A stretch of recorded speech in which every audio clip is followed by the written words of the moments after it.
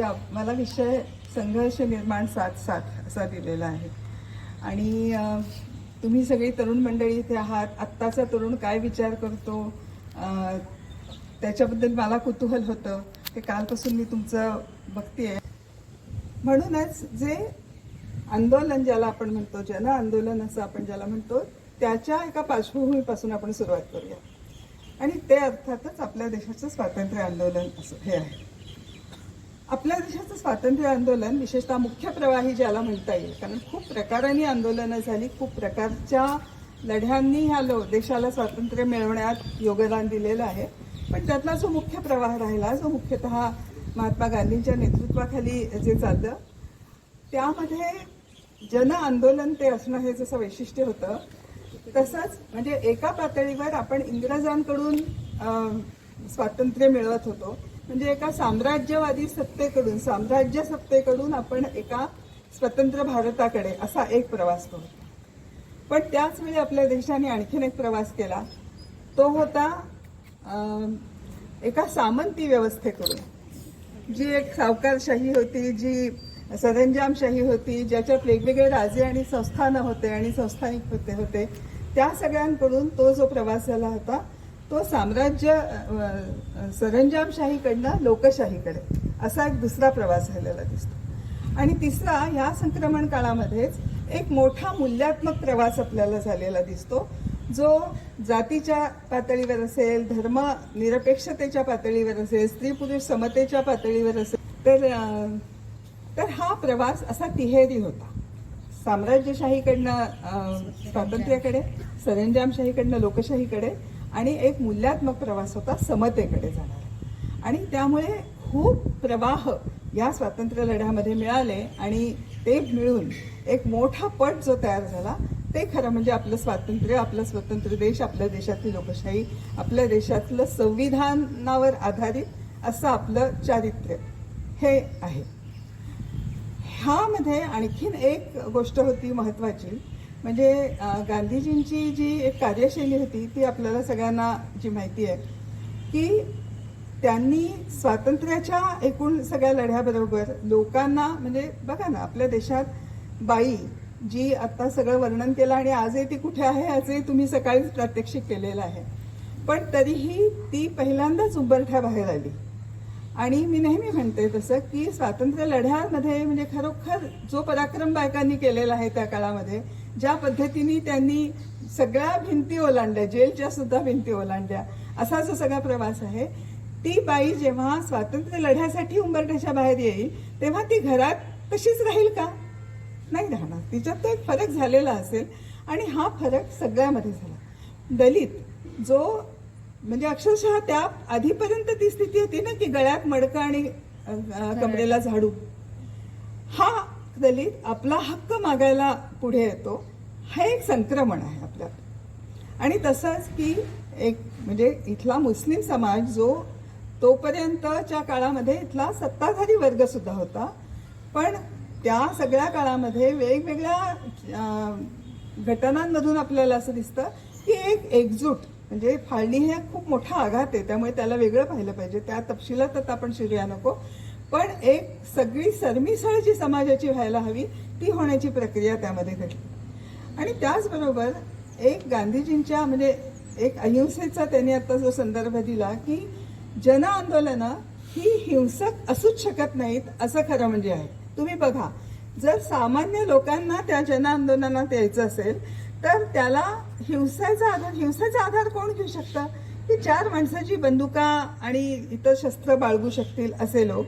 पण नेहमीच सत्ता जी असते तिच्याकडची सगळी शस्त्र आणि दमनाची यंत्रणा जी असते ती नेहमीच जनआंदोलनांपेक्षा जास्त असणार. त्यामुळे एक आम्ही नेहमी म्हणतो की नीती म्हणजे नैतिकता आणि रणनीती म्हणजे धोरणं, स्ट्रॅटेजी ज्याला आपण म्हणतो, या दोन्ही पातळीवर हिंसा ही काही टिकणारी नाही. अहिंसाच ही टिकू शकते. ही नीती आणि रणनीती या दोन्ही पातळीवर. आता हे जेव्हा ठरतं की जन आंदोलन आहे, सगळ्या समाजातला सगळ्या तळागाळातला सुद्धा वर्ग आहे, गांधीजींचं सगळ्यात मोठं योगदान काय असेल तर ते हे आहे की जे त्या अर्ज विनंत्यांचं राजकारण असं म्हणायचं ना त्याच्या आधी. एक क्रीम ऑफ सोसायटी होता, तो कुठेतरी मागण्या करत होता, तो इंग्रजांच्या पुढे जात होता काहीतरी. पण शेतकरी, शेतमजूर, कारखान्यातला मजूर, सगळा कष्टकरी वर्ग, सगळा ग्रामीण भारत, सगळ्या महिला, हा सगळा जी घुसळण जी जेव्हा समाजात झाली तेव्हा ते सगळं झालं. आणि ते करत असताना पुन्हा त्या सगळ्याला एक रचनात्मकतेची जोड राहील. म्हणजे आता संघर्ष निर्माण हा आपण थोडासा आधी घेऊया विषय, की एका बाजूला स्वातंत्र्यासाठीचा संघर्ष आणि त्याच वेळी नवनिर्माणाचं म्हणजे नव्या राष्ट्रनिर्मितीचं ते कार्य होतं. अनेक संस्था, 600हून अधिक संस्थानांमध्ये विभागलेला असा देश होता. त्याला देश म्हणून एकवटणं हे सुद्धा खूप मोठं आव्हान होतं. या देशाने पाहिलेली नव्हती लोकशाही. त्या देशाला लोकशाही म्हणजे प्रत्येक माणसाला एक पद आणि समान पद आहे अशा ठिकाणी आणून ठेवणं हे एक मोठं आव्हान होतं. मग हे करत असताना जो मूल्यात्मक परिवर्तनाचा भाग होता, आपल्याला अनेकदा वाटतं की रचना किंवा रचनात्मक कार्य म्हणजे एखादी शिक्षण संस्था काढणं किंवा एखादं हॉस्पिटल काढणं, म्हणजे सेवाभावी कामांना आपण जनरली हे म्हणतो रचना म्हणून. म्हणून मी इथे मुद्दाम निर्माण हा शब्द वापरते. त्याच्यात नवनिर्मिती आहे, त्याच्यात परिवर्तनाची शक्यता आहे. आणि हे परिवर्तन हे गांधीजींनी 18 कार्यक्रम दिले होते, ज्याला ते रचनात्मक कार्यक्रम म्हणायचे. पण ते रचनात्मक कार्यक्रम तुम्हाला माहिती आहे कोणाला? कुठल्या कार्यक्रमांना गांधीजींनी रचनात्मक कार्यक्रम म्हटलं होतं? कोणाला कल्पना? एकाच दुसरा? त्यांनी शाळा हा नाही सांगितला, त्यांनी शिक्षण असं सांगितलं. त्यांनी स्त्री पुरुष समता, अस्पृश्यता निवारण, सर्वधर्म समानता किंवा समता, त्याच्यानंतर दारूमुक्ती. हा विशेषतः बाईच्या आयुष्यातला सगळ्यात शत्रू कोण असेल तर तो दारू, हे गांधीजींनी तेव्हाही ओळखलेलं होतं. आणि गांधीजींनी सांगितलं होतं एकदा की जर कधी मला ह्या देशाचा हुकुमशाह म्हणून एक दिवस जरी मिळाला तरी मी काय काम करीन तर दारू आधी हटवीन, कारण ती बाईचा सगळ्यात मोठा शत्रू आहे. आता तर त्याच्या खूप पलीकडे गेलेलो आहोत, दारूच्या आणखी खूप पलीकडे. पण त्या परिस्थितीत ते म्हणाले होते ते आपण लक्षार्थानेच घ्यायचं आहे. त्यानंतर एक कार्यक्रम त्यांनी दिलेला होता खादी हा.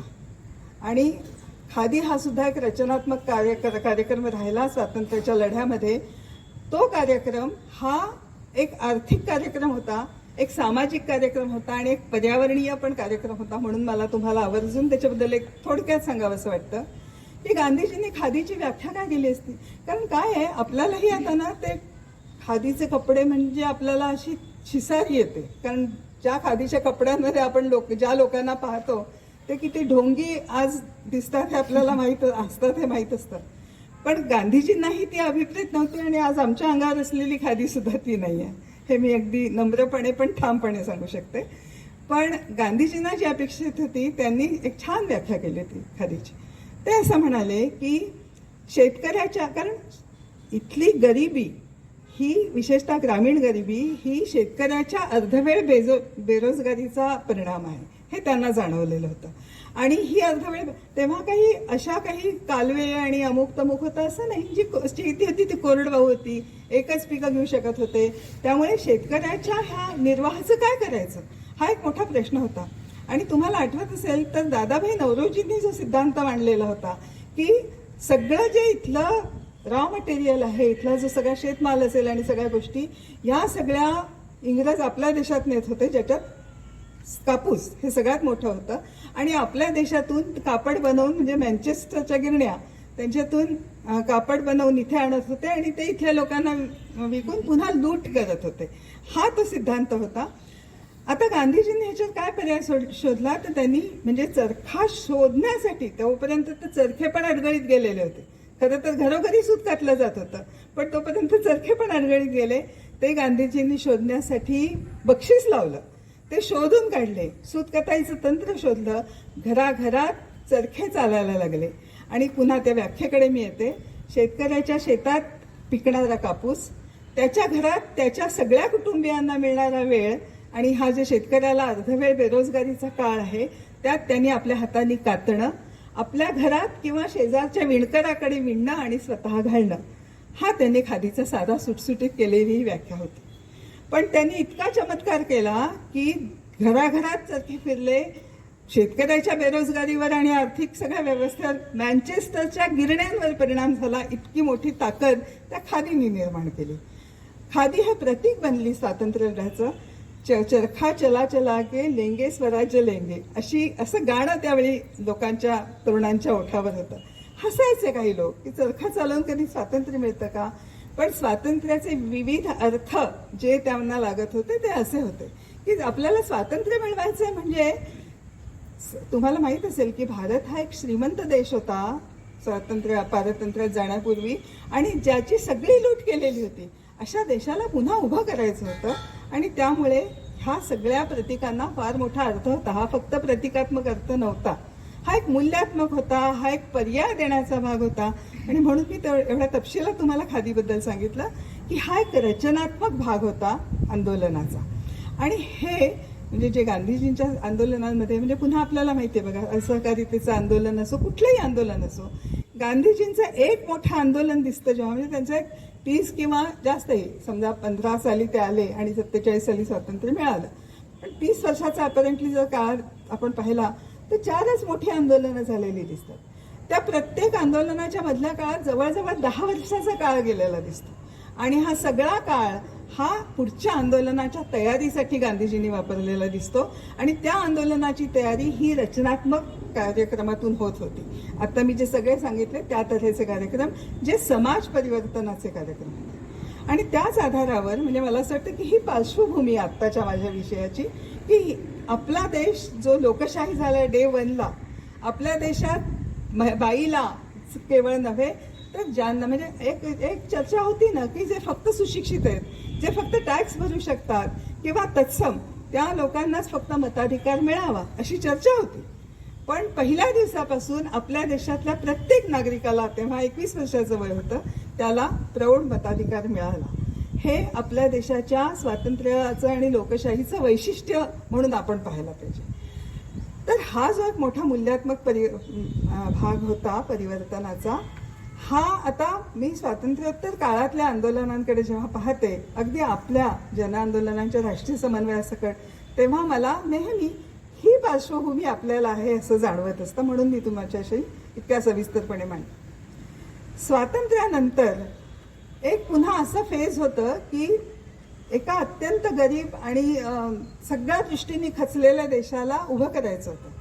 म्हणजे नेहरूंबद्दल इतका विकृत प्रचार सुद्धा केला जातो, तर बाकी तर ते सिगरेटी ओढताना आणि बाईच्या गळ्यात हात घातला ते सोडून द्या, पण त्यांच्या राजकारणाबद्दल सुद्धा जो विकृत प्रचार केला जातो, तुम्ही सगळेच समंजस आहात, त्यामुळे तुम्ही हा विचार करत असाल की काय परिस्थितीत त्या माणसाला आपला देश उभा करायचा होता. आणि त्यावेळी म्हणजे आता जसं आम्ही समाजवादी मंडळी, आम्ही नेहरूंच्या आर्थिक विचाराला, आर्थिक भूमिकेला आम्ही कायम विरोध केला आहे, हे मी तुम्हाला मोकळेपणाने सांगते. आणि त्याचं कारणच हे होतं की आम्ही म्हणजे सगळा देशही त्यावेळी एक गांधीजींच्या आर्थिक आणि सगळा जो देशाचा ढाचा असेल, उदाहरणार्थ गांधीजी काय म्हणत होते की हा देश म्हणजे काय, हा देश इथल्या 7 लाख खेड्यांचा बनलेला आहे. त्या 7 लाख खेड्यांमध्ये हा देश आहे म्हटल्यानंतर त्या 7 लाख खेड्यांची स्वायत्तता, स्वावलंबन, त्या गावागावांनी उभं राहणं, त्या गावागावांनी सशक्त होणं, लोकशाहीचा प्रत्येक पैलू तिथपर्यंत पोचणं, हे आव्हान होतं.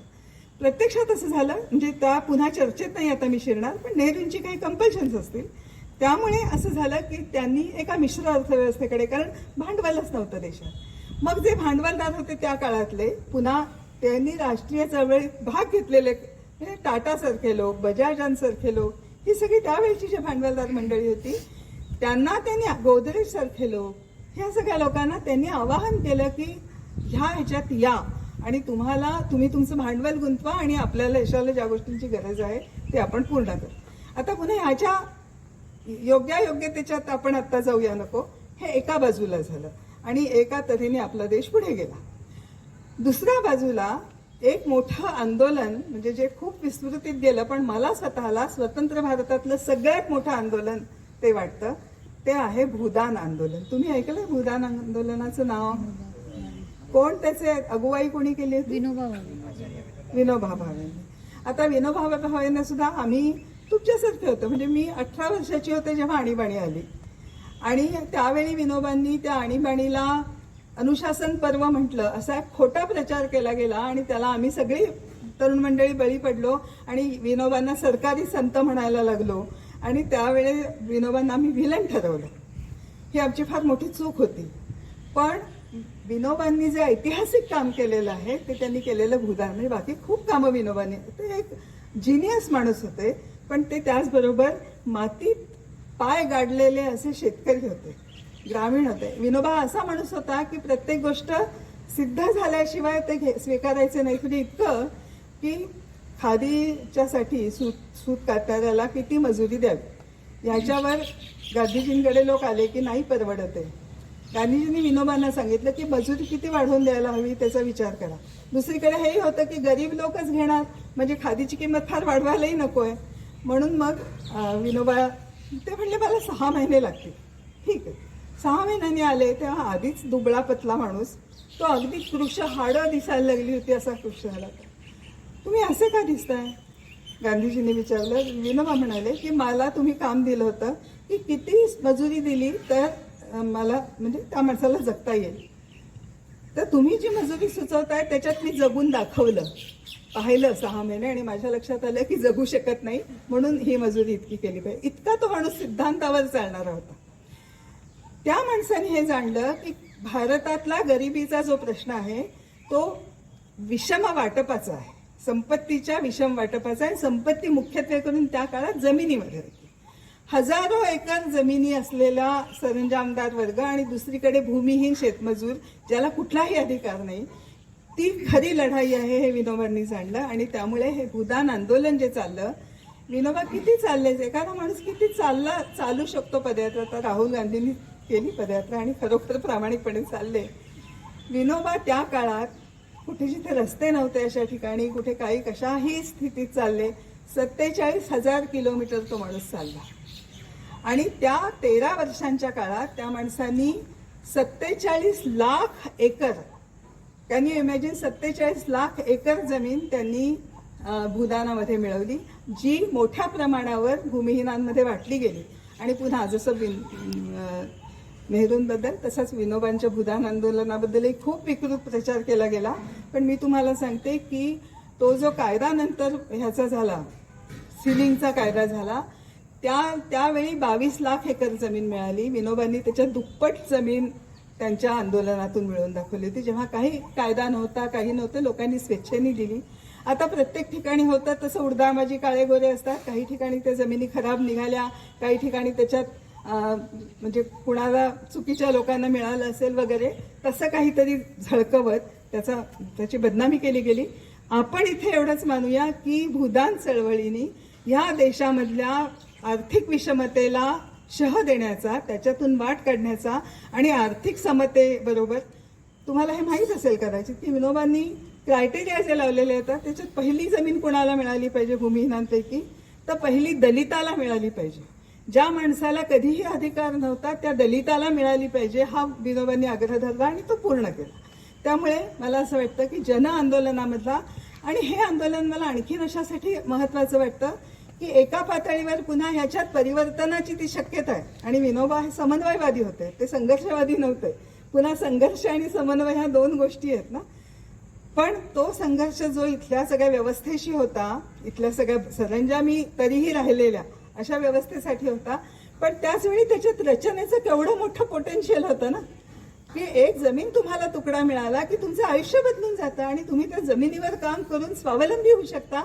आणि मगाशी पुन्हा श्रीकांत भाऊंच्या त्या खेळात तुम्ही जेव्हा खेळत होतात की भूमिहीनाला कुठे त्याला शेवटी स्थान होतं, पण ज्याला जमिनीचा तुकडा असतो त्याला त्याचं स्थान कुठे निर्माण होतं, हा सगळा आशय त्याच्यात आहे, हे लक्षात. दुसरं एक मोठं आंदोलन स्वातंत्र्योत्तर काळातलं मी हे करीन ते म्हणजे जयप्रकाश नारायणांच्या नेतृत्वाखाली झालेलं संपूर्ण क्रांती आंदोलन. आणि आमची पिढी ही त्या आंदोलनामधून चळवळीत आली. हे अगदी मेधाताईंपासून आम्ही सगळे, आमची एक पूर्ण पिढीच, कार्यकर्त्यांची एक पिढी जी आली ती जयप्रकाश नारायणांच्या आंदोलनात. आता त्या आंदोलनाकडे सुद्धा एका तऱ्हेने इंदिराजींच्या विरोधी आंदोलन किंवा इंदिराजींना सत्तेतून हाकलून देणारं आंदोलन, म्हणजे तो भाग केलाच त्यांनी, प्रश्नच नाही त्याच्याबद्दल. पण त्याचा आणखीन दुसरा एक भाग असाही केला जातो की त्यामुळे बीजेपी उजव्या शक्ती सत्तेत आल्या आणि त्यामुळे हे कसं घातक आंदोलन ठरलं. त्याला एक लक्षात घ्या की जयप्रकाश नारायणांच्या नेतृत्वाखाली झालं आणि मी अगदी त्यात होते म्हणून मला अगदी मी ऑथेंटिकली हे सांगू शकते की ते आंदोलन जे होतं ते संपूर्ण क्रांती हा त्यांचा शब्द होता. आणि त्याच्या आधी लोहियांनी तो शब्द वापरला होता सप्तक्रांती. आणि त्याच्यामध्ये क्रांतीचे पुन्हा हेच आयाम होते सगळे, सामाजिक, आर्थिक, राजकीय, शैक्षणिक, स्त्री पुरुष समता, धर्मनिरपेक्षता आणि नैतिक, अशा सगळ्या आधारांवर समाजाची उभारणी व्हावी ह्याच्यासाठीची ती आंदोलन होती. पण आंदोलनाचं नेहमी हे वैशिष्ट्य असतं की परिवर्तन कसं आहे ना, की तुम्हाला जे गोष्टी बदलायची असते त्याला धडक तर द्यावीच लागेल की नाही, कारण तुम्हाला बदलायचं आहे. त्यातला संघर्ष दिसतो आणि त्यातलं जे निर्माणाचं काम होत असतं त्याच्या बरोबरीने ते अनेकदा पाहिलं जात नाही. आणि त्यामुळे हे काय भांडणारे लोक, हे काय आंदोलनवाल्यांना दुसरं काही करायचंच नाही वाटतं, चांगलं चाललेलं आहे ते सगळं बिघडवून टाकता, असं अनेकदा आंदोलनांकडे पाहिलं जातं. पण मला असं वाटतं की ह्या सगळ्या आंदोलनांबद्दल आपण कृतज्ञ असणं फार आवश्यक आहे, कारण त्यांनी बदलाच्या शक्यता निर्माण केलेल्या. आता पुन्हा त्याही आंदोलनाच्या मी अनालिसिसमध्ये आता जात नाही, आपल्याला वेळ मिळाला रात्री बित्री तर आपण करूया चर्चा.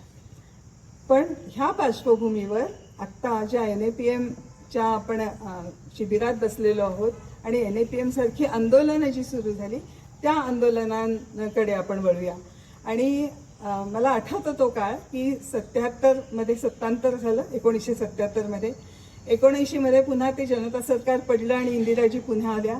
पण इंदिराजी पुन्हा आल्या त्या पूर्ण बदलून आल्या होत्या. म्हणजे खरं इंदिराजींना हुकुमशहा वगैरे म्हटलं जातं आणि काही काळ त्या तशा वागल्या पण, कारण सगळ्या स्वातंत्र्यांचा त्यांनी संकोच केलेला होता.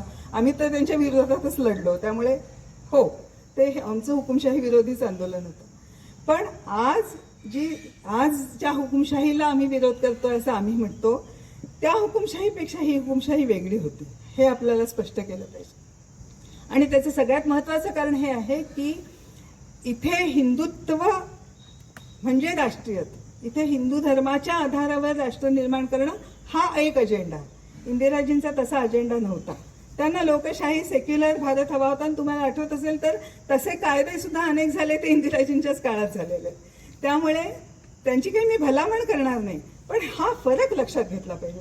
आजकाल काय होतं की प्रत्येक वेळी मग इंदिरा गांधींच्या वेळी नाही झालं ना, पण म्हणून तुम्हाला करण्याचा अधिकार नाहीये. ह्या देशाच्या लोकशाहीला हात लावण्याचा, या देशातल्या धर्मनिरपेक्षतेला हात लावण्याचा अधिकार कोणालाही आम्ही दिलेला नाही.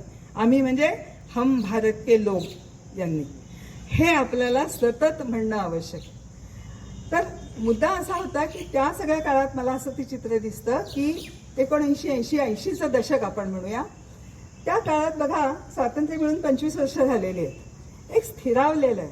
म्हणजे त्या काळात आता तुमच्या काळातला मी जीवन संघर्ष जेव्हा पाहते की जे कामगार कायदे उदाहरणार्थ आमच्या पिढीने सुद्धा लढून मिळवले, अगदी ते मॅटर्निटी लिव्ह पासून तर कामाच्या तासांपासून कितीतरी, ते आज कामगार कायदे शिल्लक आहेत का मला सांगा.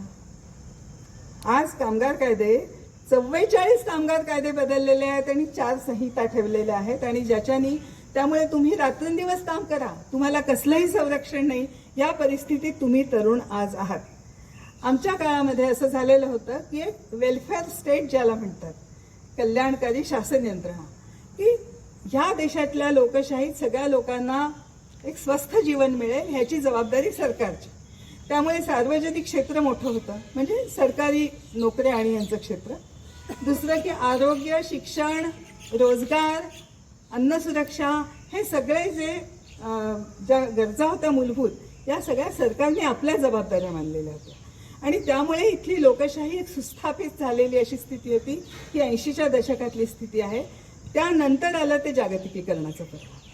आणि त्या दरम्यानच्या काळात आपणही भारतीय लोक, म्हणजे पुन्हा स्वातंत्र्य मिळून एक पिढी उलटून गेलेली होती, स्वातंत्र्यासाठी लढणाऱ्या लोकांची पण एक पिढी उलटून गेलेली होती आणि त्यामुळे आपण सुस्तावलेले होतो, ही खरी वस्तुस्थिती.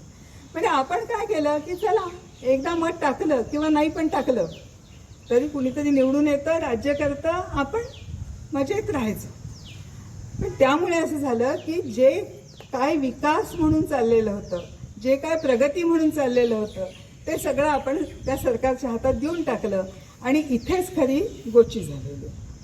म्हणजे नर्मदेचं आंदोलन जे NAPMच्या मधलं सुद्धा आद्य आंदोलन असं आपण म्हणूया, त्याच्या आधी तशी आंदोलनं झाली नाहीत का? आपल्या देशात चिपको आंदोलन झालं, जे तुम्हाला माहीत असेल ना, की झाडं तोडू नयेत म्हणून मिठ्या मारल्या की आम्हाला तोडा आणि मग झाडं तोडा. हे आपल्याला माहिती आहे. ही आंदोलनं, नर्मदा बचाव आंदोलनाने पहिल्यांदा हा मुद्दा मांडला की ह्या देशाचा म्हणजे हे जर विकासाचं धरण तुम्हाला हे धरणाबद्दल सांगायला नको, थोडंसं मगाशी योगिनींनी पण सांगितलंच आहे, पण हा विकासाचा प्रकल्प आहे की नाही.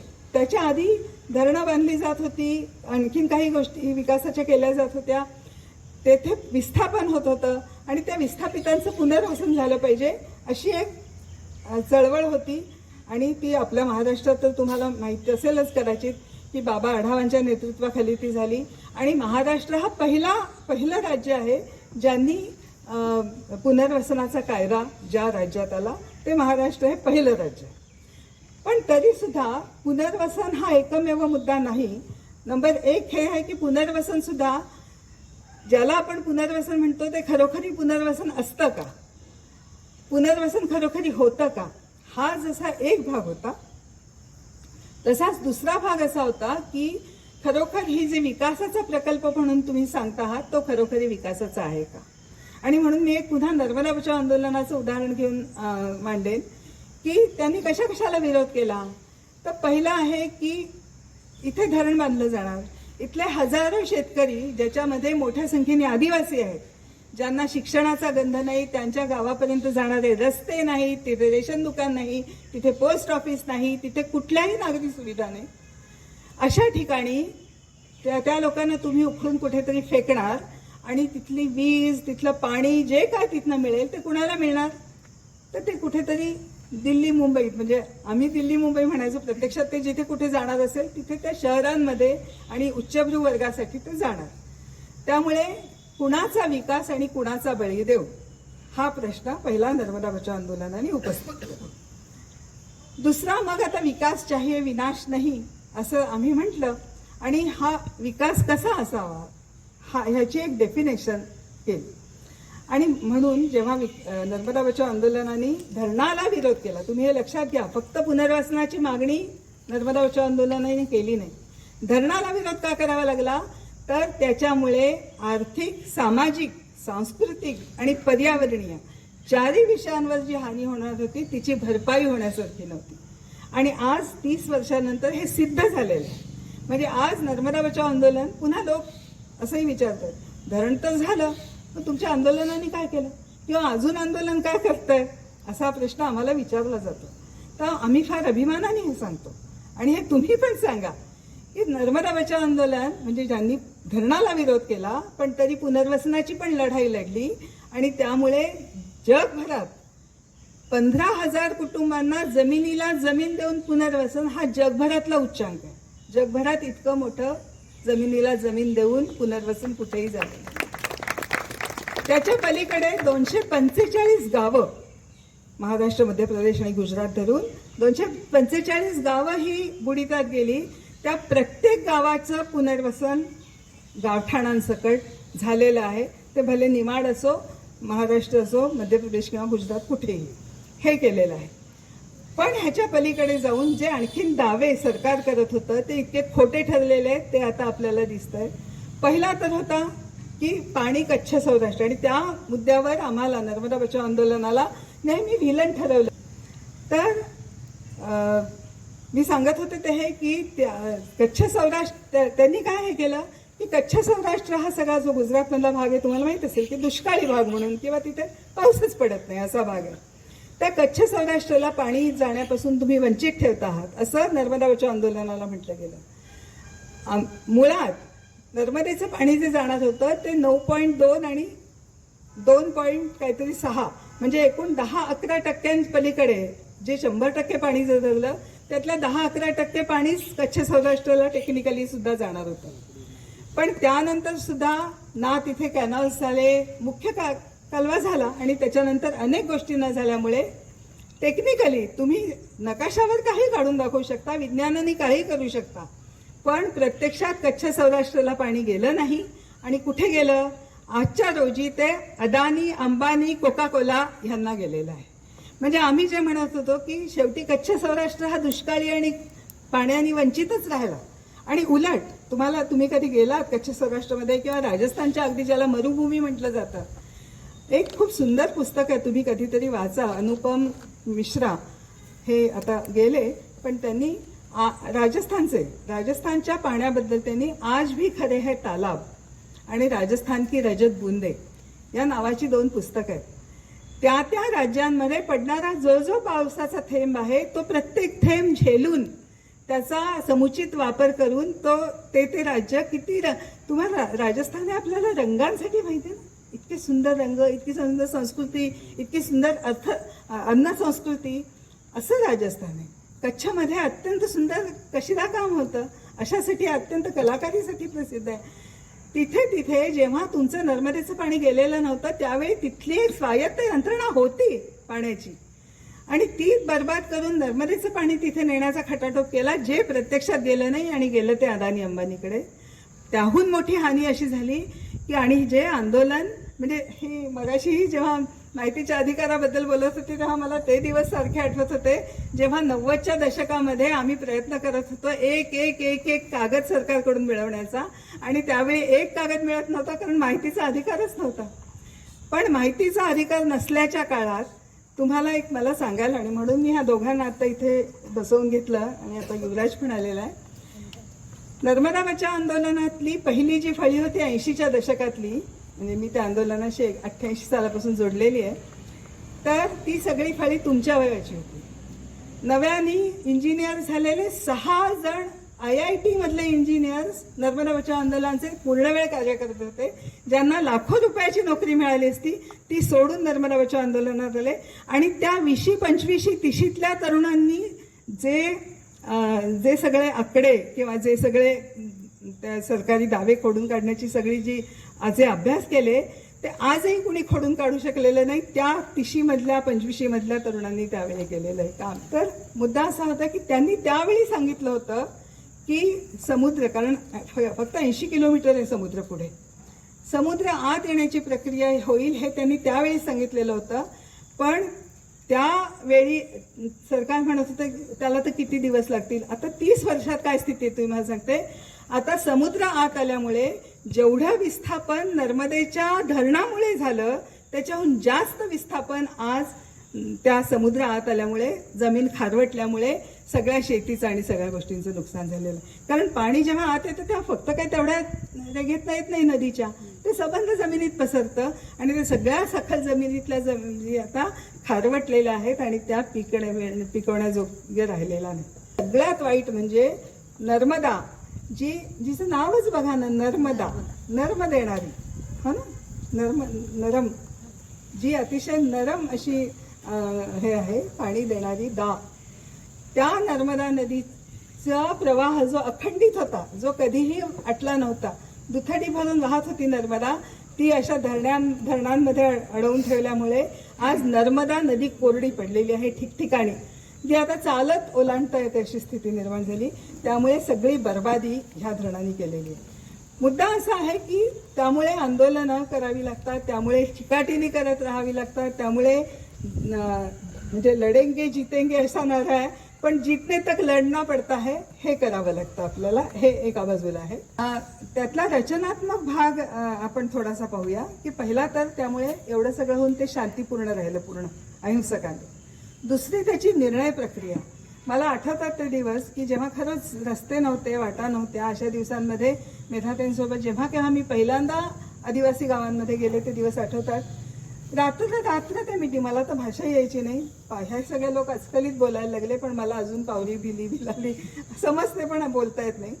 पण मेधाताई शांतपणे त्यांच्याशी बोलत असायच्या. त्यांना माहीत नसायचं सरकार काय, त्यांना आपलं विस्थापन होणार म्हणजे काय हे सुद्धा माहीत नव्हतं. पण त्या परिस्थितीत ते समजावून सांगणं, निर्णयापर्यंत त्यांना नेणं. आणि आदिवासींचं हे वैशिष्ट्य आहे की एकदा त्यांचा निर्णय झाला की मग ते काही झालं तरी मागे फिरत नाही.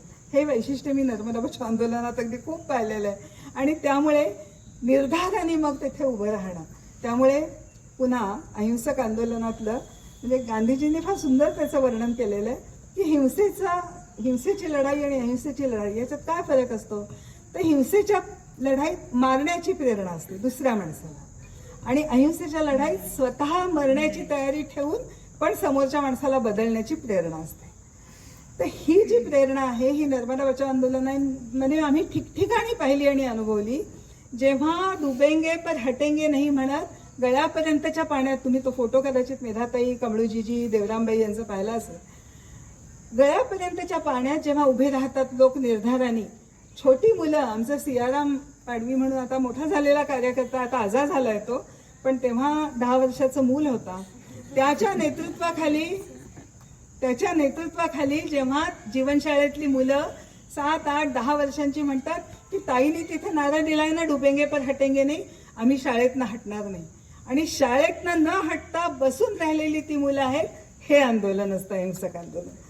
त्यामुळे असे इतके रोमहर्षक क्षण सांगू शकतो. आता जाईल नर्मदेची जर गोष्ट सांगत बसले तर इतके ते क्षण आहेत. पण हे मेधाताई आणि साथींनी ज्यावेळी जलसमर्पणाचा निर्णय घेतला, कारण काही ऐकतच नव्हतं सरकार. म्हणजे एका बाजूला वर्ल्ड बँक त्यांनी एक कमिटी नेमून, त्याचं नाव होतं मोर्स बर्जर कमिटी. हे चॅलेंज वर्ल्ड बँक, जो ह्याचा सावकार होता, त्यांनी स्वीकारलं. त्यांच्यासमोर आपण आपली प्रेझेंटेशन्स केली, आपल्या गावागावांमध्ये स्थिती दाखवली. वर्ल्ड बँकेच्या अहवालात असं म्हटलेलं आहे की ह्या आंदोलनामुळे काय नुकसान होणार आहे ह्याची भारत सरकारला कल्पनाही नाही. हे शब्द मोर्स बर्जर कमिटीच्या रिपोर्टमध्ये लिहिलेले आहेत. आणि त्यांनी आपलं कर्ज मागे घ्यायचा निर्णय घेतला, पण भारत सरकारने स्वतःची कातडी वाचवण्यासाठी म्हणून आम्हालाच नको तुमचं कर्ज असं म्हटलं आणि त्याच्यातनं ते बाहेर पडले. आता ह्या पार्श्वभूमीवर आंदोलनाने जेव्हा म्हटलं की आता जर वर्ल्ड बँकेने मान्य केलेलं आहे की या धरणामुळे लाभापेक्षा हानी जास्त आहे, तर सरकारनेही पुनर्विचार करावा. ही मागणी घेऊन जेव्हा सरकार ऐकत नाही अशी स्थिती झाली, जेव्हा दिलेली आश्वासनं मोडल्याची स्थिती झाली, तेव्हा जलसमर्पण आंदोलन करायचं ठरलं. आणि मेधाताई आणि जे साथी, त्यांनी जलसमर्पणाचा निर्णय घेऊन ते भूमिगत झाले. भूमिगत म्हणजे सरकारला सापडणार नाही अशा अज्ञात ठिकाणी गेले. सरकार सर्व वेळ प्रयत्न करत राहिलं की फक्त ह्यांना शोधायचा, पण ते असं काही म्हणालं नाही की चला आपण चर्चेला बसूया. नाही. जेव्हा 6 ऑगस्ट, मला ते आठवतं की 6 ऑगस्ट हा हिरोशिमा दिन आहे. हिरोशिमा दिनी आम्ही जलसमर्पण करू असं जाहीर केलेलं होतं आणि हे लोक हे झाले, ते देशभरात जगभरात आवाज उठला. पुन्हा हा साम्य बघा तुम्ही आता आपल्या नर्मदा बचाव आंदोलनातलं आणि स्वातंत्र्य चळवळीतलं. तिकडे आईन्स्टाईन पासून माणूस, तिकडे चार्ली चॅप्लिन पासून माणूस, तिकडे सगळं जग गांधीजींचं आणि भारतीय चळवळीकडे एक अनोखी चळवळ म्हणून पाहतं. ह्या आंदोलनात सुद्धा म्हणजे जसं वर्ल्ड बँकेचं कर्ज मागे घेतलं गेलं, तसं जर्मनी आणि जपान यांनी आपली जी यंत्रसामुग्री देण्याचं कबूल केलेलं होतं ती त्यांनी मागे घेतली. अशा परिस्थितीत आपण सरकारला म्हणत होतो आणि सगळ्या जगभरामध्ये एक पर्यावरण वाचवण्यासाठीचं आंदोलन असं त्यावेळी पाहिलं गेलं. खरं म्हणजे सामाजिक न्यायासाठीचं पण आंदोलन होतं, कारण आपण समतेचा आग्रह धरत होतो, आपण समान वाटपाचा आग्रह धरत होतो. तिकडे मी पुढे येते. पण त्या आंदोलनाला प्रतिसाद मिळाला नाही, म्हणून ते जलसमर्पण आंदोलन होतं. सगळ्या जगभरात जेव्हा आवाज उठला आणि भारत सरकारवर तो दबाव आला, त्यामुळे मग भारत सरकारने शेवटी ती कमिटी स्थापन केली आणि जलसमर्पण टळलं. नाहीतर 95 मध्ये जलसमर्पण सत्याग्रह झालेला होता. त्यामुळे असे टोकाचे सत्याग्रह की जिथे स्वतःची जीव स्टेकला लावलेले, असे सत्याग्रह करून नर्मदा बचाव आंदोलन उभं राहिलं आणि त्यानंतर हा सगळा इतिहास घडलेला आहे. त्या नर्मदा बचाव आंदोलनाने दुसऱ्या पातळीवर पूर्ण, म्हणजे जसं मी तुम्हाला सांगितलं, निर्णय प्रक्रिया, ती विकेंद्रित लोकशाही निर्णय प्रक्रिया हा रचनात्मक भाग असतो. सतत सरकारशी संवाद करणं हा रचनात्मक भाग असतो. जीवनशाळा चालवणं, आदिवासींची पहिली पिढी शिकती करणं आणि डबल ग्रॅज्युएट झाली, अनेक जण अनेक क्षेत्रांमध्ये गेली आणि अनेक जण आपल्या गावांच्या विकासामध्ये पण परत आली, आमच्या जीवनशाळेचे शिक्षक म्हणून पण परत आली. त्यामुळे हा एक मोठा असा परिवर्तनाचा भाग असतो, हा मला तुम्हाला सांगायचा आहे. विलगावला आम्ही म्हणजे पुन्हा स्वावलंबन आणि समुचित तंत्रज्ञान, ज्याला लोही यांनी शब्द दिला होता, अल्पप्रमाण यंत्र किंवा अप्रोप्रिएट टेक्नॉलॉजी हा शब्द त्यांनी दिला होता. आता फक्त हे शब्द लक्षात ठेवा की ज्याच्यामध्ये यंत्राचा तेवढाच वापर असेल ज्याच्यामध्ये मनुष्यशक्तीला अल्टरनेटिव्ह असेल, पण मनुष्याला हटवणार नाही, अशा तऱ्हेच्या तंत्रज्ञानाचं. तर सोलर असो किंवा हायड्रोपॉवर असो किंवा सायकलवर चालणारी वीज असो, ती निर्मिती करून आमच्या जीवनशाळांमध्ये लाईट लागलेली आहे. ती निर्मिती करून एका छोट्याशा झऱ्याच्या धारेवरून वीज निर्मिती करून बिलगाव नावाच्या गावातले 2 किलोमीटर परिसरातले दिव्या लावलेले आहेत आंदोलनाच्या कार्यकर्त्यांनी आणि तिथल्या तंत्रज्ञांनी. त्यामुळे दुसऱ्या पातळीवर आणि तिसऱ्या पातळीवर की हे जे अधिकाराचे मुद्दे होते, आदिवासींचे अधिकार असतील, वन अधिकार असतील आणि सगळ्या प्रकारचे, हे सगळे पण आंदोलनाने पुढे नेले. आणि त्यामुळे एक पूर्ण त्या सगळ्या भागामध्ये, आणि चौथा एक भाग आहे, एका बाजूला आदिवासी आणि दुसऱ्या बाजूला निमाड हा सगळा प्रांत आहे जो त्याच्यात मुख्यतः मोठे शेतकरी, आपल्याकडे जसा मराठा समाज जो जमिनी बाळगणारा मराठा समाज आहे, तसा तिथला जो पाटीदार समाज आहे तो समाज. आणि तिथे अशा घुंगटवाल्या बायका, म्हणजे अक्षरशः आपण एखाद्या घरी गेलो तर त्याच बाईला आपण पुन्हा भेटलोय का हे माझ्या तर लक्षात यायचं नाही, कारण तिच्या घुंगटमध्ये ती कधी दिसायची. पण अशा निमाडला 2 प्रकारची परिवर्तनं त्यांची झाली. एक तर आदिवासी आणि निमाडी पाटीदार लोक, ह्या स्त्री आणि पुरुषांनी हातात हात घालून जीवाला जीव देऊन आंदोलन चालवलं. आणि दुसरं की जो बाईचा एवढा घुंगट होता तो पूर्ण हटला आणि बाईचा सहभाग हा नर्मदा बचाव आंदोलनामध्ये पुरुषा एवढाच राहिला आणि तो डोकीवरचा पदर त्यांचा खोचला गेला. एक मुलगी मला आठवते की जिने त्या सरकारी ते कार्यालय बंद केलं होतं, हे लावून कड्या कुलूप लावून, तिने त्याच्यावर छलांग मारली वर आणि गेली पलीकडे आणि त्या पोलिसांच्या समोर जाऊन उभी राहिली. हे त्या 18-20 वर्षाच्या मुलीने करून दाखवलं. आज त्या मुलीनी आंतरजातीय लग्न केलं. पाटीदार समाजाच्या त्या मुलींनी एका दलित मुलाशी लग्न केलेलं आहे. दोघांचा खूप सुखाचा संसार चाललेला आहे. हो, पण म्हणजे तिचाही एकीने मुस्लिम मुलाशी लग्न केलं. आणि हा जो फरक झाला हा त्या सगळ्या आंदोलनाच्या दौरान झालेला फरक आहे. त्यामुळे सगळ्या बदलांबरोबर, म्हणजे सगळ्या लढाईबरोबर हा फरक असतो, हा सामाजिक परिवर्तनाच्याही अंगाने होत असतो. आणि हा बदल नर्मदाच्या आंदोलनात झालेला दिसतो. तर मुद्दा त्यामुळे हा होता आपला की त्यामुळे संघर्ष रचना साथ जात आंदोलनं जे काम करतात ते समाज परिवर्तनाचं काम बेसिकली होत असतं. आणि ते नर्मदेचं आपण एक मोठं उदाहरण घेतलं, त्यामुळे थोडं सविस्तरही घेतलं. आता एक काळ असा होता की 90चं दशक होतं ते, म्हणजे साधारण 84 पासून पुढचं धरायला पाहिजे. पण त्या काळात जागतिकीकरणाचं वारं आलं. एका बाजूला जागतिकीकरणाचा रेटा, आणि त्याच्यात हे दिसत होतं की सगळं जर खुलं झालं तर आपली जी एक पूर्ण व्यवस्था आहे तिचं काय होतं. आपण अशा ठिकाणी आलो होतो की एका बाजूला आपण हे सगळं पाहिलं आणि ते जे 80-90चं दशक होतं त्यावेळेस अशी स्थिती होती की एक तर नर्मदा बचाव आंदोलनाने अनेक आंदोलनांना किंवा अनेक ठिकाणी अशा तऱ्हेचे प्रश्नाशी लढत घेणाऱ्या अशा अनेक आंदोलनांना एक दिशा दाखवली. तर त्या काळात देशभरामध्ये विस्थापनाच्या विरोधात अनेक लढे चाललेले होते आणि लोकांना कळत नव्हतं की आपण काय करायचं. कारण काही गोष्टींना विकास असं म्हटलं जातं आणि त्या विकासाला काही कुणी कधी चॅलेंज करत नाही. नर्मदा बचाव पहिलंच असं आंदोलन निघालं की ज्यांनी खरोखर हा विकास आहे का, आहे तर कुणाचा विकास आणि कुणाचा बळी घेणे, हे सगळे प्रश्न उपस्थित केले. आणि त्यांनी शब्द त्यावेळी वापरला वैकल्पिक, म्हणजे पर्यायी न्याय असेल.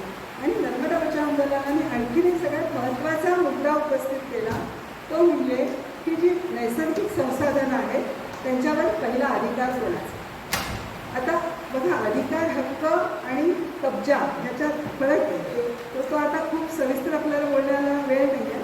पण आम्ही असं म्हणत गेलो की जो स्थानिक माणूस आहे त्या संसाधनावर, मग ते जल, जंगल, जमीन, जानवर, खनिज संपत्ती, त्याच्यावर जगणारा जो माणूस आहे त्याचा तिथे पहिला अधिकार असला पाहिजे. आणि देशाच्या विकासाला आमचा विरोध नाही, पण त्याला उकरून टाकून, तिथलं पर्यावरण नष्ट करून विकास होता कामा नये ही अशी भूमिका. त्याच्यामध्ये आपण तपशिलात पाहिलेलंच. त्याचबरोबर 2 मोठी आव्हानं त्या काळामध्ये पुढे आलेली. त्यातलं एक आव्हान होतं ते होतं मी तुम्हाला म्हटलं तसं जागतिकीकरणाचा वरवंटा फिरायला लागलेला होता आणि त्याच्यामध्ये अनेक नवनवीन गोष्टी म्हणजे नवनवीन करार WTO हे नाव तुम्ही कदाचित ऐकलं असेल, जागतिक बँकेचा बराच मोठा दबाव आणि मोठ्या मोठ्या बहुराष्ट्रीय कंपन्या ज्यांचं भारतावर एका तऱ्हेचं आक्रमण आणि मग भारताकडे काय होतं तर ही सगळी संसाधनं होती, जंगलं होती, पाणी होतं, तर जमीन होती आणि त्या सगळ्यावर कब्जा करत आणि तिथल्या लोकांना हटवत हा जो जागतिकीकरण खाजगीकरणाचा जो एक वारू उधळणं म्हणतात तसा उधळायला लागण्याचा तो सुरुवातीचा काळ होता. आणि त्याचबरोबर दुसरा एक फेज आपल्या देशात आलं होतं त्यावेळी तुम्हाला आठवत असेल तर राम जन्मभूमीचा प्रश्न घेऊन त्या काळामध्ये संघ परिवाराने आपलं आंदोलन सुरू केलं होतं आणि त्यामुळे म्हणजे आत्ता आपण त्याची सगळी विषारी हे पाहतच आहोत. त्याच्यानंतर गुजरातचं झालं, त्याच्यानंतर बाबरी मस्जिद पाडण्याचं झालं, तो सगळा हा काळ त्याच्या आधी बाबरी मस्जिदकडे पर्यंतचा. म्हणजे एका बाजूला हा जो आपण सगळं मराठीपासून पाहतोय की स्वातंत्र्याच्या चळवळीच्या संबंध एका ह्याच्यामुळे एका परिवर्तनामुळे जो लोकशाही धर्मनिरपेक्ष संविधानावर चालणारा सगळ्यांना समान न्याय आणि अधिकार देणारा असा देश जो घडलेला होता तो सगळ्या पातळीवर तहस नहस करण्याचं हे काम होतं आणि म्हणून त्यावेळी अशा तऱ्हेचा विचार करणारे लोक की ह्या देशाचं स्वातंत्र्य, या देशाची लोकशाही, सार्वभौमत्व, संविधान हे अबाधित राहिलं पाहिजे, त्याचं जे धर्मनिरपेक्ष चारित्र्य आहे ते अबाधित राहिलं पाहिजे आणि जे अशा सगळ्या ठिकाणी जे आपल्या पॉकेट्समध्ये लढत होते अशी सगळी आंदोलनं जी जन आंदोलनं होती, जी अहिंसेवर विश्वास ठेवणारी आंदोलनं होती ती देशभरातली आंदोलनं एकत्र आली आणि हा जो जनांदोलनाचा राष्ट्रीय समन्वय आहे तो त्याच्यातून निर्माण झाला. आणि हा समन्वय असा आहे की ही काही संघटना नाही, सगळे आंदोलनं एकात आली म्हणजे ती सगळी ते विसर्जित झाली आणि सगळे आंदोलन आपल्या आपल्या ठिकाणी चालू आहे.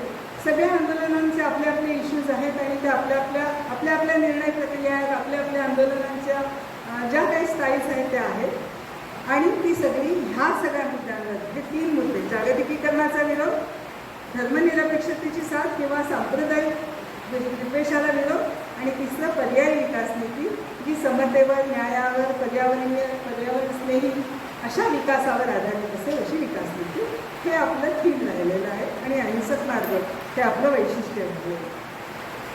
हे साधारण सगळी प्रक्रिया तुम्हाला माहिती आहे की 92 सालच्या 6 डिसेंबरला बाबरी मस्जिद पडली, त्याच्यानंतर ही प्रक्रिया वेगवान झाली आणि 94 साली हा जनआंदोलनाचा राष्ट्रीय संबंध सुरू झाला. हे आता त्याचं 30वं वर्ष, 30 वर्ष ही आंदोलनं चालू आहे आणि मला आता खूप कमी वेळ असल्यामुळे मी बाकीच्या आंदोलनांचे फक्त उल्लेख करते, आपल्याला केव्हा वेळ मिळेल तेव्हा आपण बोलू.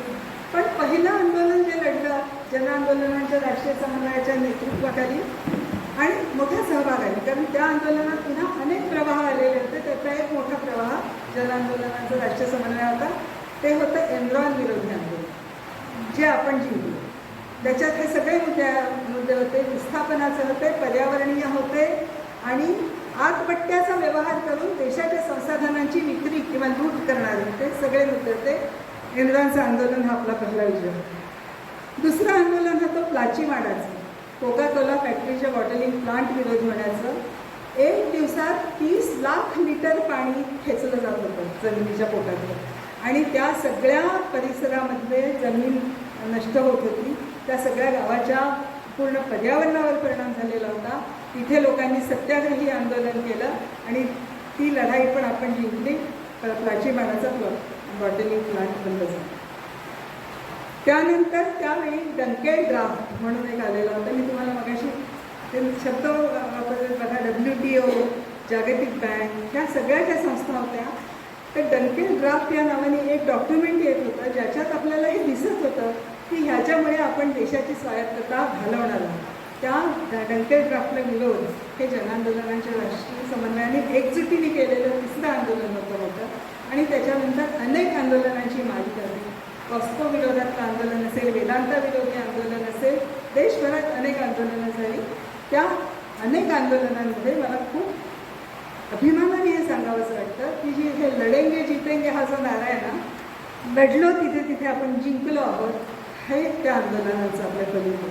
आणि त्याच्यात सगळ्यात महत्त्वाचं हे आहे की आपण एकजुटीने लढलो. ही आंदोलनं कधी एकटी पडली नाही, त्याचा आवाज देशभर उठला, त्याचं कारण आपली सगळ्यांची एकजूट आहे. म्हणजे एकाच वेळी आपण एकत्र होतो पण स्वायत्त होतो, कुणी दुसऱ्या आंदोलनावर हावी होती. हा झाला एक भाग. म्हणजे आता त्याचा दुसरा भाग असा आहे की हा देशाच्या पॉलिसीमध्ये काय बदल करायला हवे, ही आपली जनआंदोलनाच्या राष्ट्रीय समन्वयाची एक तऱ्हेने आपलं राजकारण काय राहिलं.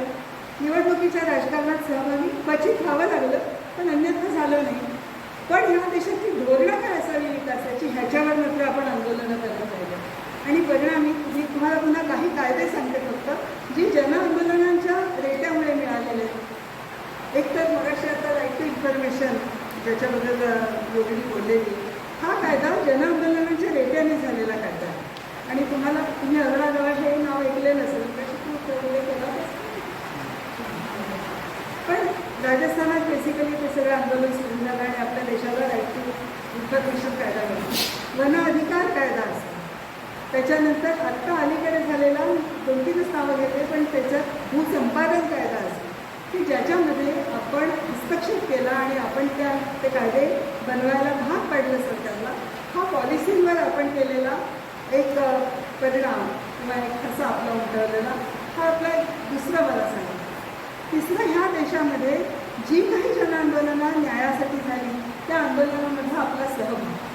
अगदी ताजं उदाहरण घ्यायचं, आणखी ते थोडं आधी जर येते, सेज 2006-07 साली SEZ म्हणजे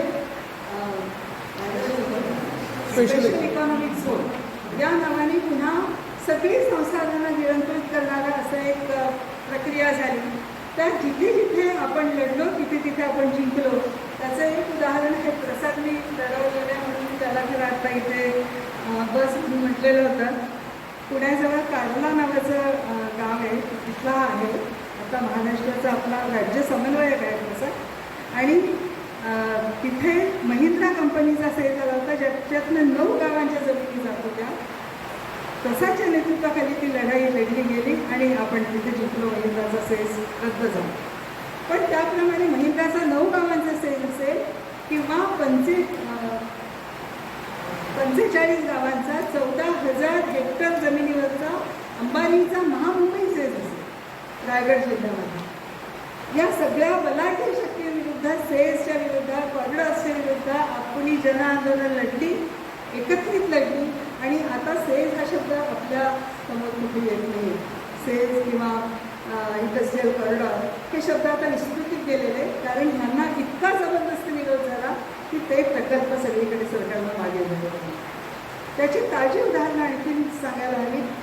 एक मी उल्लेख करेन, NRCच्या विरोधातलं आंदोलन, जिथे हा तर अगदी हिंदुत्ववादी अजेंडाच होता आणि त्यांनी त्यामध्ये खास करून मुस्लिमांना कसं इथलं नागरिकत्वच नाकारलं जाईल अशा पद्धतीची ही पहल होती.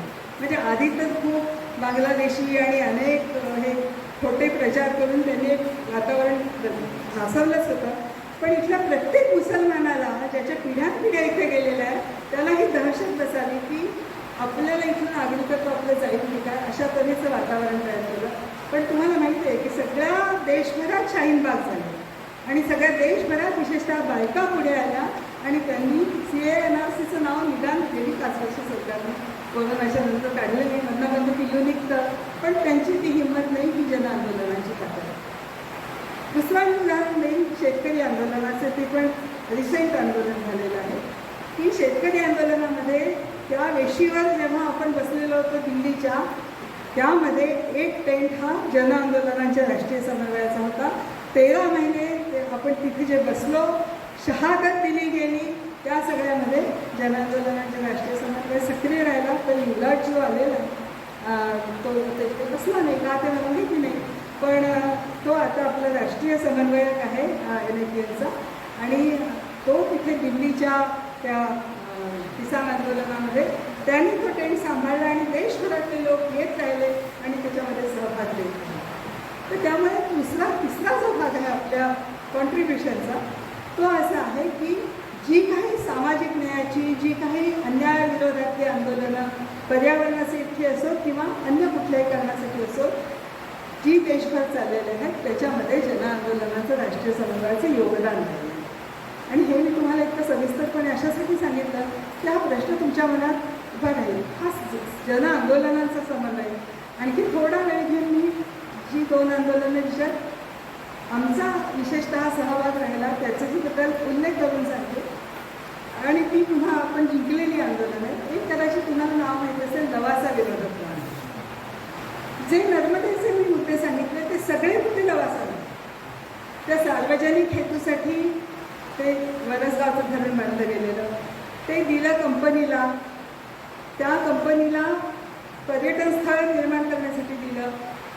पाणी, 20 गावं, तिथलं सगळं पर्यावरण आणि सगळ्या इलिगल गोष्टी तिथे झाल्या ज्या. आणि त्यावेळी पुन्हा तिथे जी व्यक्ती होती तिचं आता मी नाव घ्यायचं टाळते, त्यांची चूक होती असं आता मानून त्यांना आपण माफ करूया.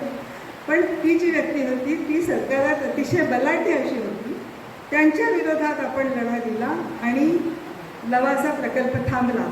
आणि त्याही वेळी आपण एका बाजूला जमिनीवर लोकांचं आंदोलन, दुसऱ्या बाजूला सगळे अभ्यास, तिसऱ्या बाजूला लोकांमध्ये जनतेमध्ये जाणं, चौथ्या बाजूला न्यायालयापर्यंत जाणं, अशा सगळ्या ज्या संवैधानिक, सगळ्या ज्या लोकशाहीतले मार्ग आहेत ते सगळे अवलंबून आपण लवासा कंपनीला थांबवलं. आणि गेली 12 वर्ष ती आता थांबलेली आहे.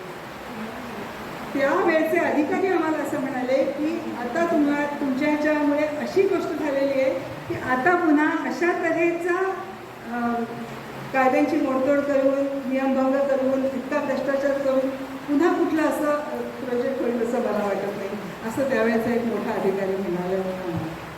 आणि दुसरं आंदोलन जे आपल्या जवळ आहे म्हणून त्याचा उल्लेख करते आणि ताजं आहे, वांग मराठवाडी नावाचं एक धरण सातारा जिल्ह्यामध्ये आहे.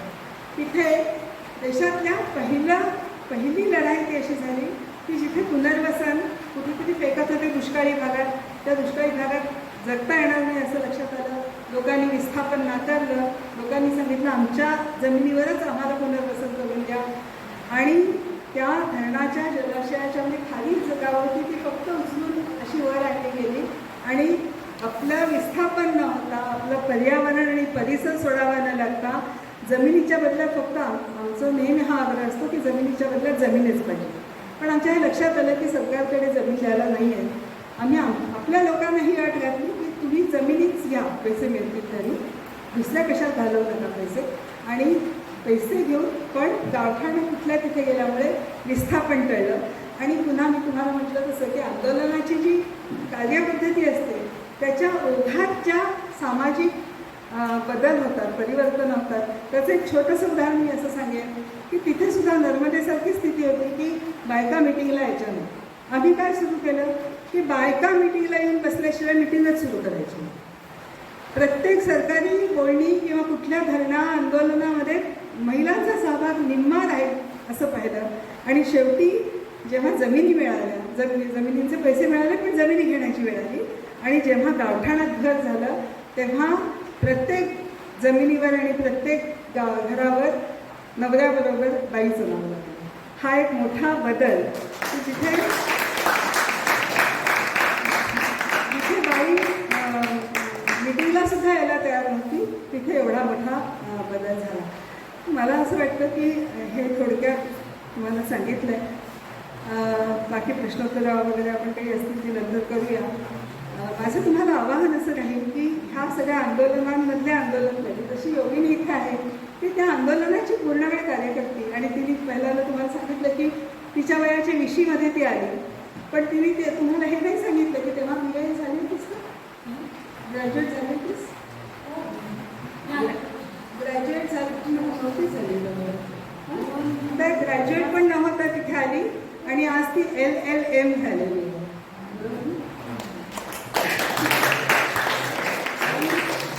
आंदोलनाची सगळी तुम्हाला माहिती आहे, आंदोलनाला सतत न्यायालयात जावं लागतं आणि लढावं लागतं.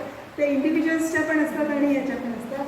त्या सगळ्या आंदोलनाची खऱ्या अर्थाने वकील योगिनी राहिलेली. प्रसाद हा लवासा असो, वांग मराठवाडी असो, टाटा धरणग्रस्त असो किंवा सेटच्या लढ्या असो, या सगळ्या लढ्यांमध्ये वाढीचा कार्यकर्ता राहिलेला आहे आणि आज तो महाराष्ट्राच्या समन्वय आहे जन आंदोलनाच्या राष्ट्रीय समन्वयाचा. त्यामुळे 2 पातळ्यांवर आपल्याला काम करावं लागतं. एक तर त्या आंदोलनात आंदोलन तिथले लोक लढत असतात, पण जन आंदोलनाच्या राष्ट्रीय समन्वयाच्या कार्यकर्त्यांना तिथे जाऊन हस्तक्षेप करावा लागतो जेव्हा आंदोलनं आपल्याला बोलावतात तेव्हा. तर त्या अहिंसक पद्धतीने ते आंदोलन पुढे नेणं आणि लोकांच्या एकजुटीने ते सगळं पुढे नेणं हे शक्य असतं. त्यामुळे आपला एक रोल तो असतो. दुसरा रोल हा असतो की आता जसं खूप वेळा मी तुमच्याकडनं ते पहिलवानांच्या आंदोलनाच्या संदर्भात येतो. अशा इतक्या गोष्टी घडत आहेत ना सध्या की ज्याच्यासाठी आपल्याला रस्त्यावर उतरावं लागतं. त्यावेळी जनांदोलनाचा राष्ट्रीय समन्वय म्हणून आपण आपला रोल आपण जिथे असतो तिथे बजावावा. आणि त्यावेळी अनेकदा आता असं झालेलं आहे आणि इथे म्हणजे मी तर त्या हिंदुत्ववादी मंडळीचे आभारच मानते की आपल्यामधले छोटे मोठे जे विरोध मतभेद असतात ते आता विरघळून गेलेले आहेत. कारण आता असं झालं आहे की आपल्याला माहिती आहे की आपली लढाई कोणाशी, आपली लढाई कशासाठी, आपली जर संविधान वाचवण्यासाठीची लढाई असेल, आपली जर लोकशाहीची लढाई असेल तर असं मानणाऱ्या प्रत्येकाला एकत्र येण्याशिवाय पर्याय नाही. आणि त्यामुळे सगळी आंदोलन आता बघा किती वेळा आपण सेवादलाचा उल्लेख केला, सेवादल सैनिक म्हणून तुमच्यापैकी अनेक जण आलेले आहेत. अशा अनेक संस्था, संघटना आणि जन आंदोलनं मिळून आपण सगळे इथे आहोत. आणि तुमचं सगळ्यांचं जन आंदोलनांच्या राष्ट्रीय समन्वयामध्ये खूप स्वागत आहे. सगळे मिळून पुढे जाऊया, सगळ्यांना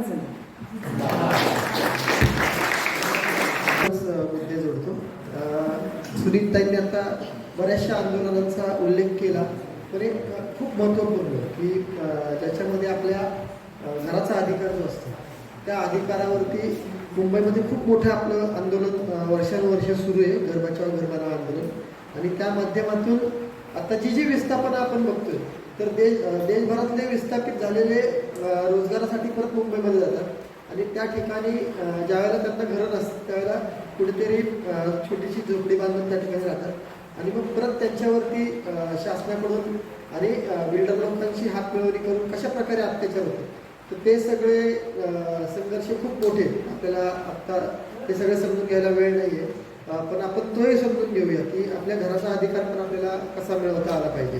म्हणजे शेतकऱ्यांचाही प्रश्न आहे की शेतकऱ्यांना जमिनीवर उठवलं जातं, परत शहराकडे गेले की परत त्या ठिकाणावरून सुद्धा त्यांना हद्दपार करण्याचं काम या ठिकाणी या सगळ्या व्यवस्थेमार्फत केलं जातं. मी फक्त खरं म्हणजे मला विषय देताना साले गुरुजी ते मेधा पाटकर असा दिलेला होता. आणि मी असं म्हटलं तेव्हा की मला कुठल्याही व्यक्तीच्या संदर्भात व्यक्तिवादी असं काही करावं असं वाटत नाही. पण मला आता असं वाटतं तुम्हाला असं म्हणावं की साने गुरुजींची जी संवेदनशीलता होती, जे शेवटच्या माणसाच्या प्रती त्यांची तळमळ होती, आणि साने गुरुजींचं एक असं चित्र उभं केलं की रडतं साहित्य लिहिणारा साहित्य. पण खरं म्हणजे त्या संवेदनेतून ते आलेलं होतं सगळं. आणि साने गुरुजींनी एका लढाऊपणाने त्यांचं आयुष्य पूर्ण घातलं. म्हणजे कामगारांच्या चळवळीचे मोठे नेते ते पंढरपूरवर सत्याग्रह करून मंदिर प्रवेशाचं दार खुलं करणारे हे साने गुरुजी आहेत. आणि त्यांची संवेदनशीलता मला नेहमी असं वाटतं की मेधाताईंच्या व्यक्तिमत्वात कुठेतरी आलेली जी संवेदनशीलता आहे ती मला नेहमी साने गुरुजींशी कुठेतरी नाळ जोडल्यासारखी वाटते. पण त्याचबरोबर नेतृत्वाचं म्हणजे मी तुम्हाला जसं म्हटलं की एक विकेंद्रित निर्णय प्रक्रिया सगळ्यांना घेऊन पुढे जाणं हे लोकशाहीसाठी पण आवश्यक असतं, जी आंदोलनाच्या आत पण आवश्यक असतं.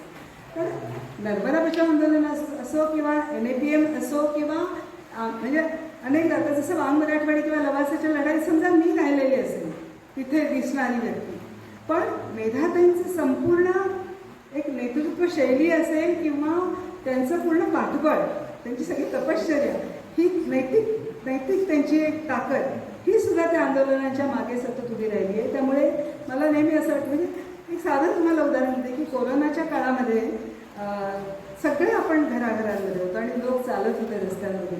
ती फरफट आपली सगळ्यांची तडफड होत होती, पण आपण काही करू शकत नव्हतो. पण त्यावेळी मेधाताई उतरल्या शेवटी रस्त्यावर आणि मध्य प्रदेशात उपोषणाला बसल्या. आणि सरकारची जबाबदारी आहे की ह्या लोकांनी पायी चालू नये, ह्यांना गाड्या वाहन उपलब्ध करून देण्याची. आणि मला आठवतं की पुण्यातून, कारण आमच्याच कार्यालयातून म्हणजे मेधाताई तिथे 1.5 महिना राहिल्या आणि तिथून सगळं काम झालं, म्हणून मी तुम्हाला अधिकृतरित्या सांगू शकते की महाराष्ट्र सरकारकडून म्हणजे भारत सरकारने ते पुढे सगळं नेलं, पण रेल्वे गाड्या पहिल्या सोडणं आणि त्या बंगालपर्यंत किंवा पूर्ण देशभरात सोडणं आणि त्या ठिकाणी लोकांना आपल्या घरपोच पोचवणं हे मोठं काम जनआंदोलनाच्या राष्ट्रीय समन्वयाने याला त्यांच्या नेतृत्वाखाली केलं. आणि मला खास करून युवराजचा उल्लेख इथे अशासाठी करावा असं वाटतो की महाराष्ट्राच्या सीमेवर जिथे छत्तीसगड पासून बंगालपर्यंत जाणारे लोक होते, त्या सीमेवर हा मुलगा उभा राहिला सर्व वेळ. उन्हाळ्याचे दिवस होते मे महिन्यामध्ये, आणि कोंबून जिथे ट्रक भरून म्हणजे काही ठिकाणी तर टँकरमधून गुदमरत लोक जेव्हा जात होते किंवा चालत जात होते, त्यावेळी त्यांनी तिथे उभं राहून त्या सगळ्या ठिकाणी जी बसेसची व्यवस्था जी महाराष्ट्र शासनाने केली, ते लोक आपल्या आपल्या ठिकाणी जातील. तुम्हाला सांगते, महाराष्ट्राच्या सगळ्या सीमांवर 7 किंवा 8 ठिकाणांहून आपले कार्यकर्ते NAPMचे तरुण कार्यकर्ते तिथे उभे राहून त्यांनी त्या राज्यांमध्ये जाणाऱ्या लोकांचे रस्ते मोकळे करून त्यांना बसने आपल्या हा उल्लेख त्यांना आवश्यक वाटतं. तर मला असं वाटतं की ही जी संवेदना जेव्हा जागी होते आणि सक्रिय होते, तेव्हा साधी माणसं पण खूप काही करू शकतात त्याची होती.